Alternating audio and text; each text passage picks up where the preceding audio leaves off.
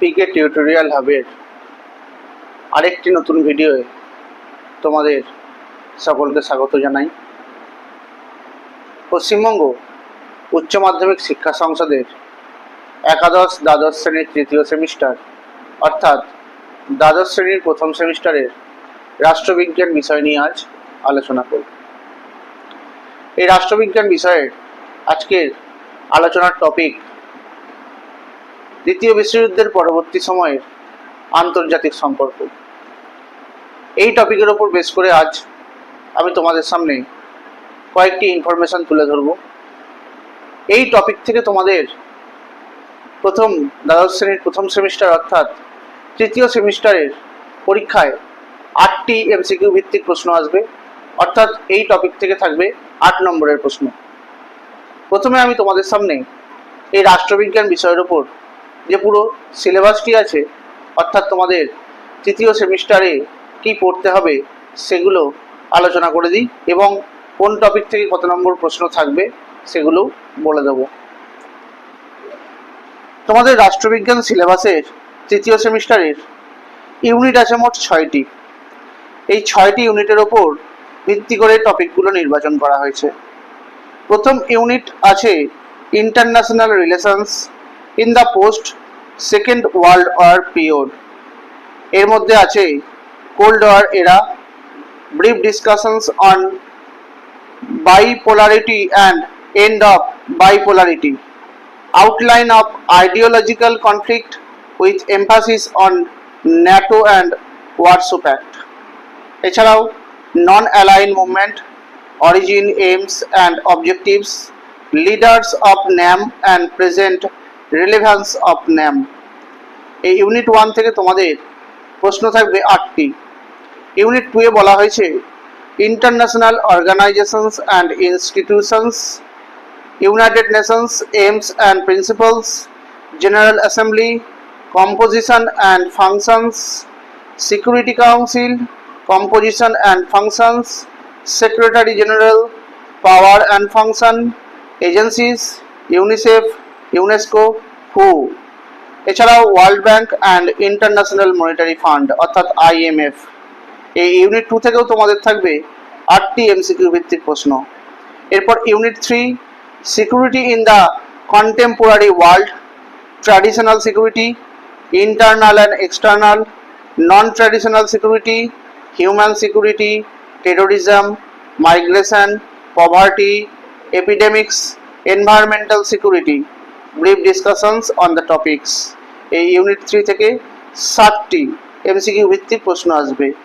Unit 4 এ আছে challenges of nation building, basic concepts, partition of India and the refugee problem, integration of princely states with brief reference to Jammu and Kashmir, Manipur and Hyderabad, linguistics, reorganisation of states, background and brief discussion. To also include a table on the newly created states in India, original state, new state, date of creation, criteria of creation। এই unit 4 থেকে থাকবে 5 marks. Unit 5 এ বলা হয়েছে political parties and party system, definition and features of political parties, functions of political parties, national and regional parties, definition and criteria of formation.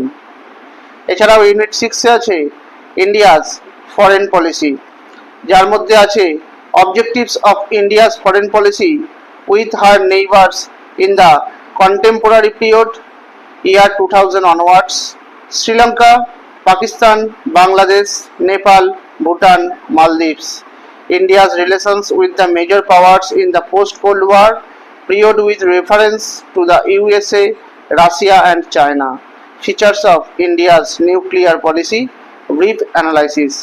এই unit 5 থেকে 5টি MCQ প্রশ্ন থাকবে এবং ইউনিট 6 থেকে থাকবে 7টি এমসিকিউ ভিত্তিক প্রশ্ন। এই হচ্ছে তোমাদের রাষ্ট্রবিজ্ঞানের টোটাল 3rd সেমিস্টারের সিলেবাস। আজকে আমি তোমাদের সামনে যে টপিকটা নিয়ে আলোচনা করব বললাম দ্বিতীয় বিশ্বযুদ্ধের পরবর্তী সময়ে আন্তর্জাতিক সম্পর্ক। দ্বিতীয় বিশ্বযুদ্ধের পরে আন্তর্জাতিক সম্পর্কে আমরা দেখতে পাই এক যুগান্তকারী পরিবর্তন ঘটেছিল। আন্তর্জাতিক রাজনীতির মধ্যে এই সময়কালের গুরুত্ব ছিল অপরিসীম। দ্বিতীয় বিশ্বযুদ্ধ জন্য নানান কারণ থাকলেও হিটলার কিন্তু 1919 খ্রিস্টাব্দে স্বাক্ষরিত ভার্সাই সন্ধির যে অপমানজনক শর্তগুলো জার্মানির ওপর চাপিয়ে দেওয়া হয়েছিল সেগুলো কিন্তু তিনি মানতে অস্বীকার করেছিলেন, এবং 1936 খ্রিস্টাব্দের পর হিটলার যে সমস্ত আগ্রাসী নীতিগুলি গ্রহণ করেছিলেন তারই কিন্তু বিশ্বযুদ্ধের পথকে প্রস্তুত করে দিয়েছিল। অর্থাৎ এই 1939 থেকে 1945 পর্যন্ত দ্বিতীয় বিশ্বযুদ্ধের কালপর্ব। এই যুদ্ধে মূলত মিত্রশক্তি এবং অক্ষশক্তি এই দুই শক্তিজোটের মধ্যে এক বিধ্বংসী যুদ্ধ সংঘটিত হয়েছিল। এই মিত্র শক্তির মধ্যে ছিল মার্কিন যুক্তরাষ্ট্র, great Britain, France, Soviet union প্রভৃতি রাষ্ট্র। অন্যদিকে অক্ষশক্তি গোষ্ঠীভুক্ত দেশগুলি ছিল জার্মানি, ইটালি, স্পেন এবং জাপান। 1945 খ্রিস্টাব্দের 2রা সেপ্টেম্বর এই দ্বিতীয় বিশ্বযুদ্ধের পরিসমাপ্তির পর বিশ্ব শক্তির ভরকেন্দ্র এই প্রথমবারের মতো ইউরোপ থেকে স্থানান্তরিত হয়েছিল এবং আন্তর্জাতিক সম্পর্ক এক নতুন দিকে ঘুরে গিয়েছিল। তার কারণ হচ্ছে এই মিত্র শক্তিভুক্ত দেশগুলির মধ্যে কেবলমাত্র সোভিয়েত ইউনিয়নই ছিল সমাজতান্ত্রিক মতাদর্শের প্রতি বিশ্বাসী এক রাষ্ট্র। দ্বিতীয় বিশ্বযুদ্ধে শক্তি বৃদ্ধির তাগিদে বিশ্বের বৃহৎ পুঁজিবাদী রাষ্ট্রগুলি সোভিয়েত ইউনিয়নকে কিন্তু এক প্রকার বাধ্য হয়েই নিজেদের গোষ্ঠীভুক্ত বা জোটভুক্ত করেছিল। কিন্তু এত কিছুর পরেও বলা যায় মতাদর্শগত বিরোধের জন্যই কিন্তু মার্কিন যুক্তরাষ্ট্র ও সোভিয়েত ইউনিয়নের মধ্যে সম্পর্ক এক বিদ্বেষমূলক ও অবিশ্বাসপূর্ণ পরিস্থিতিতে পৌঁছয়। এই পারস্পরিক ঘৃণা ও সন্দেহের মনোভাবকে তারা যুদ্ধের প্রয়োজনে যথাসাধ্য গোপন রাখার চেষ্টা করেছিল। দ্বিতীয় বিশ্বযুদ্ধের একেবারে অন্তিম লগ্নে এসে বিশ্ববাসী যখন নিশ্চিত হয়েছিল যে জাপান আত্মসমর্পণ করবে, ঠিক সেই সময় নিজেকে একমাত্র পারমাণবিক শক্তিধর রাষ্ট্র হিসেবে প্রতিষ্ঠা করার জন্য আমেরিকা যুক্তরাষ্ট্র এক ভয়ঙ্কর কাণ্ড ঘটিয়েছিল। তারা কিন্তু জাপানের দুই বিখ্যাত শহর হিরোশিমা এবং নাগাসাকিতে 1945 খ্রিস্টাব্দের 6ই আগস্ট এবং 9ই আগস্ট পারমাণবিক বোমা বিস্ফোরণ ঘটিয়েছিল, যার মধ্যে একটি বোমার নাম ছিল ফ্যাটম্যান এবং অপরটির নাম ছিল লিটল বয়।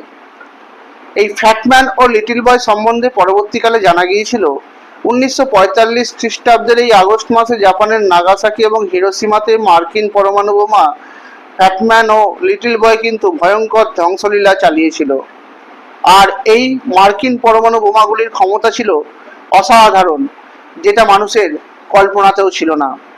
আর মাত্র কয়েক বছরের মধ্যেই 1950 খ্রিস্টাব্দের গোড়ার দিকে দুই বৃহৎ শক্তি মার্কিন যুক্তরাষ্ট্র, সোভিয়েত ইউনিয়ন যে ধরনের পরমাণু অস্ত্র মজুত করে রেখেছিল তার ক্ষমতা কিন্তু কয়েকশো থেকে কয়েক হাজার কিলোটন পর্যন্ত ছাড়িয়ে গিয়েছিল। তবে মার্কিন যুক্তরাষ্ট্রের উদ্দেশ্য কিছুটা যদি সফল হয়েও থাকে তবে তা কিন্তু বেশি দিন স্থায়ী হয়নি, কারণ সোভিয়েত ইউনিয়ন কিন্তু তখনই পরীক্ষামূলকভাবে পারমাণবিক বিস্ফোরণ ঘটিয়েছিল এবং নিজেকে পারমাণবিক শক্তি রাষ্ট্রের মর্যাদায় ভূষিত করেছিল। তারপরে দুই দেশের মধ্যে দেখা দিয়েছিল এক অদ্ভুত রেষারেষি, শুরু হয়ে গিয়েছিল অস্ত্র প্রতিযোগিতার দৌড়। আন্তর্জাতিক রাজনীতিতে সোভিয়েত ইউনিয়নের ক্রমবর্ধমান সমাজতান্ত্রিক প্রভাব প্রতিরোধ করতে আমেরিকা বিশ্ব রাজনীতির নিয়ন্ত্রকের ভূমিকায় তৎপর হয়ে উঠেছিল। অপরদিকে সোভিয়েত প্রশাসন ও মার্কিন একাধিপত্যকে ধূলিসাৎ করে দেওয়ার প্রয়াস চালিয়ে গিয়েছিল। দুই দেশের মধ্যে এই পরিস্থিতি হলো না যুদ্ধ না শান্তির এক বাতাবরণ তৈরি হয়েছিল, যা আন্তর্জাতিক রাজনীতিতে ঠান্ডা লড়াই বা কোল্ড ওয়ার নামে পরিচিত। এই দ্বিতীয় বিশ্বযুদ্ধের পরিসমাপ্তির পরে কিন্তু 19 শতকের মাঝামাঝি থেকে প্রায় 4.5 দশক ধরে বিশ্ব রাজনীতিতে ঘটেছিল যে সমস্ত যাবতীয় আন্তর্জাতিক সম্পর্কের গুরুত্বপূর্ণ সমস্যা ও ঘটনাগুলোকে এই ঠান্ডা লড়াইয়ের আলোকে বিচার বিশ্লেষণ করা হয়ে থাকে। আর এই আন্তর্জাতিক সম্পর্কের বিশেষজ্ঞরা মনে করেন যে 1947 খ্রিস্টাব্দে মার্কিন রাষ্ট্রপতি ট্রুম্যান কর্তৃক ট্রুম্যান নীতি বা ট্রুম্যান ডক্ট্রিন এই ঘোষণার মধ্যে দিয়ে কিন্তু ঠান্ডা লড়াইয়ের আনুষ্ঠানিক সূত্রপাত হয়েছিল এবং 1991 খ্রিস্টাব্দে সোভিয়েত ইউনিয়নের পতনের ফলে তার পরিসমাপ্তি হয়েছিল।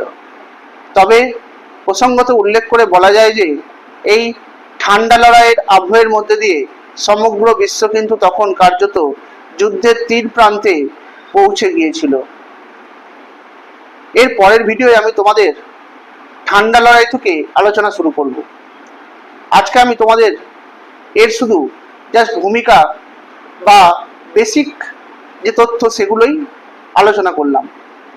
তোমরা আমার ভিডিওটি লাইক করে দেবে, কমেন্ট করবে আর শেয়ার করে দেবে। তোমরা আমার চ্যানেলটি নতুন দেখে থাকলে চ্যানেলটি সাবস্ক্রাইব করে দেবে আর পাশে থাকা বেল আইকনটি প্রেস করে দেবে, যাতে তোমরা আমার ভিডিও নোটিফিকেশনগুলো পেতে পারো। তোমরা আমার ফেসবুক পেজে ফলো করে দেবে আর ইনস্টাগ্রামেও ফলো করে দেবে। ধন্যবাদ।